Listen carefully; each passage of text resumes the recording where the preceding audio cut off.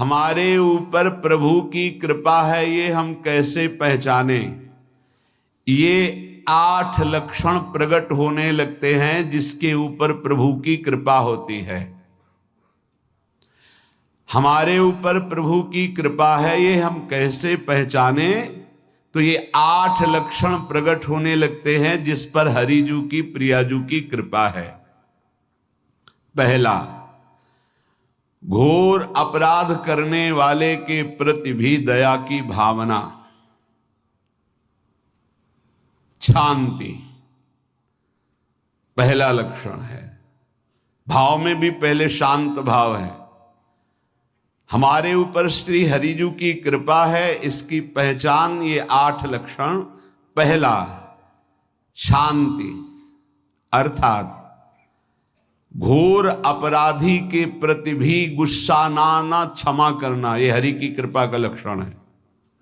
देख लो भाई, घोर अपराधी शब्द तो जाने दो, जरा सा प्रतिकूल हो जाए तो लाख समझाओ पर भ्रकुटी तनी रहती है। भला ऐसा है? अपराधी पर भी क्षमा का भाव होना, ये हरि कृपा पात्र में ही होगा, अन्य में नहीं।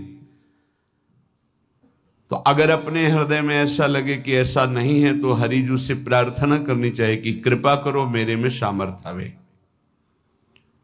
दूसरा, अनुसूया, वो किसी भी के प्रति कभी भी कोई दोष दर्शन ही नहीं करेगा। दोष कथन, दोष श्रवण की तो बात जाने दो।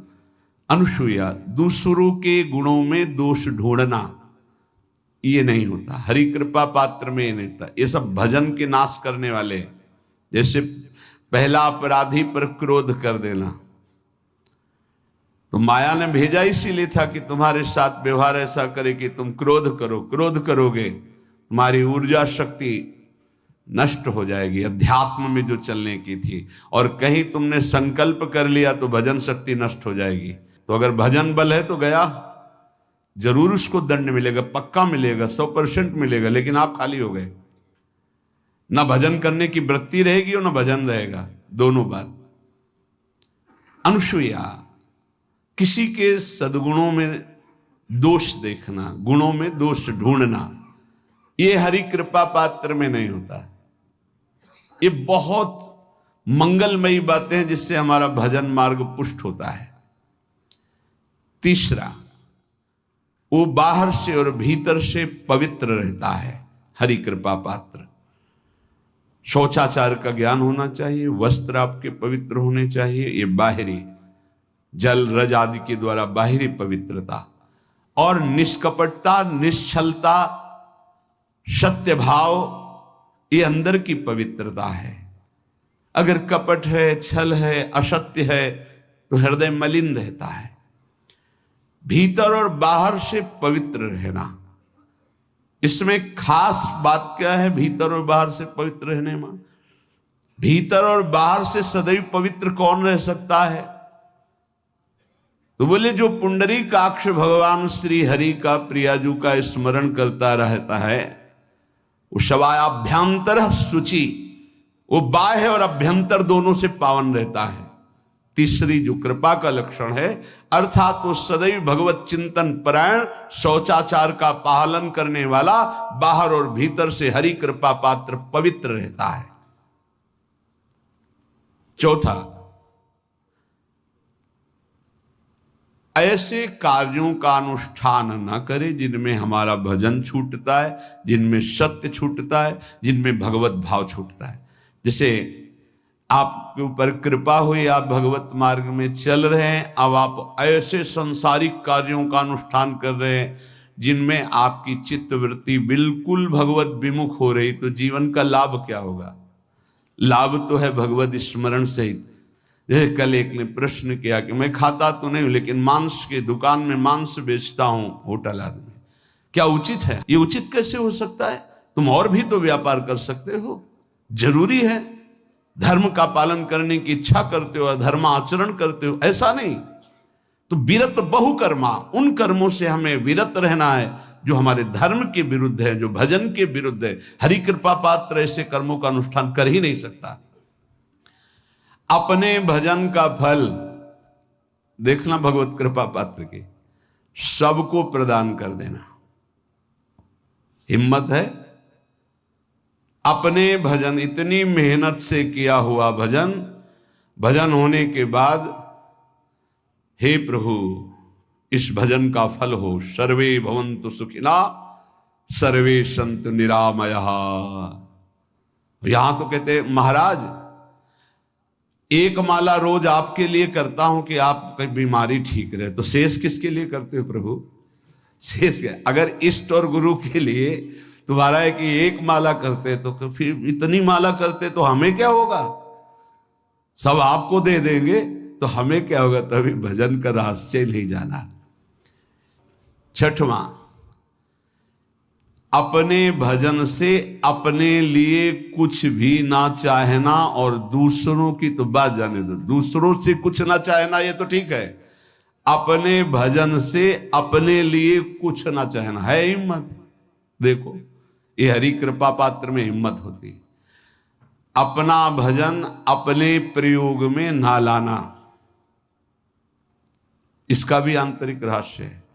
अपने प्रयोग में आप शरीर को लेकर के बोलेंगे, अगर स्वरूप को लेकर तो प्रयोग की कोई वहां जरूरत ही नहीं, स्वरूप पूर्ण काम है, वहां कोई अभाव नहीं। जब आप कोई भाव अपने लिए करेंगे तो देह भाव होगा, देह भाव से किसी विषय की मांग होगी।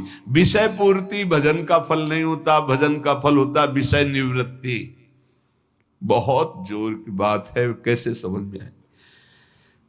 अपने भजन का भी फल अपने लिए नहीं, दूसरों से कुछ चाह रखना तो बात ही जाने दो, भजन से भी कोई अन्य सुख की चाह नहीं हुई। क्या चाहिए? भजन ही बनता रहे, भजन का फल भजन बनता रहे, खूब निरंतर जप करते रहे। सातवां, किसी भी मान सम्मान कीर्ति पद प्रतिष्ठा के मिलने पर हृदय का असंतुष्ट हो जाना, यह हरि कृपा पात्र का लक्षण होता है।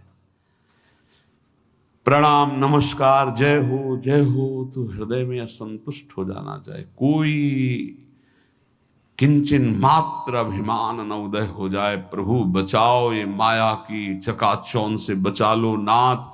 कौन सा अपराध बन गया कि आपकी जय की जगह यहां हमको ऐसा सुनना पड़े। मान प्रतिष्ठा कीर्ति जिसके लिए बड़े बड़े लालायित रहते, हरि कृपा पात्र को विष की तरह चुभती है। और आठवां, किसी भी प्राणी समुदाय से संबंध ना रखते हुए सब पर दया की भावना, सब पर कृपा की भावना, सब पर करुणा मैत्री, पर किसी से ममता नहीं।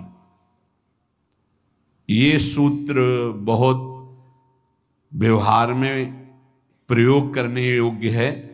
सबसे करुणा और मैत्री, पर किसी से ममता नहीं। करुणा तो करी भरत जी ने, मैत्री भी की मृग से, पर ममता रहित नहीं रहे। ममता कर ली तो अगला जन्म हिरण का हो गया। ममता नहीं रखनी। निर्ममो निरहंकारा, करुणा मैत्री तो करनी है, जैसे इसमें आदेश गीता में जी आदेश है, अद्वेष्टा सर्वभूतान मैत्र करुण एवच, पर निर्ममो निरहंकारा, ये साधक की चतुरता है।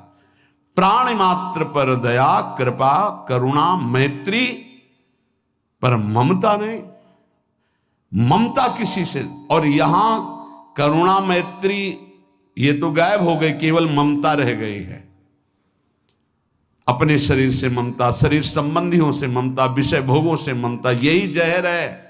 संबंध में ये ममता ही जहर है, विचारों में अहंकार जहर है, कर्मों में ये आसक्ति जहर है। इसी जहर को मिटा दे तो जीवन मुक्त महापुरुष कर्म करते हुए, विषय सेवन करते हुए, वार्ता करते हुए, विचार करते हुए, बिल्कुल जहर रहित उसका जीवन हो गया। तो ये 8 बातें हरि कृपा पात्र में होती हैं, इनको बार बार सुनना और हृदय में धारण करना।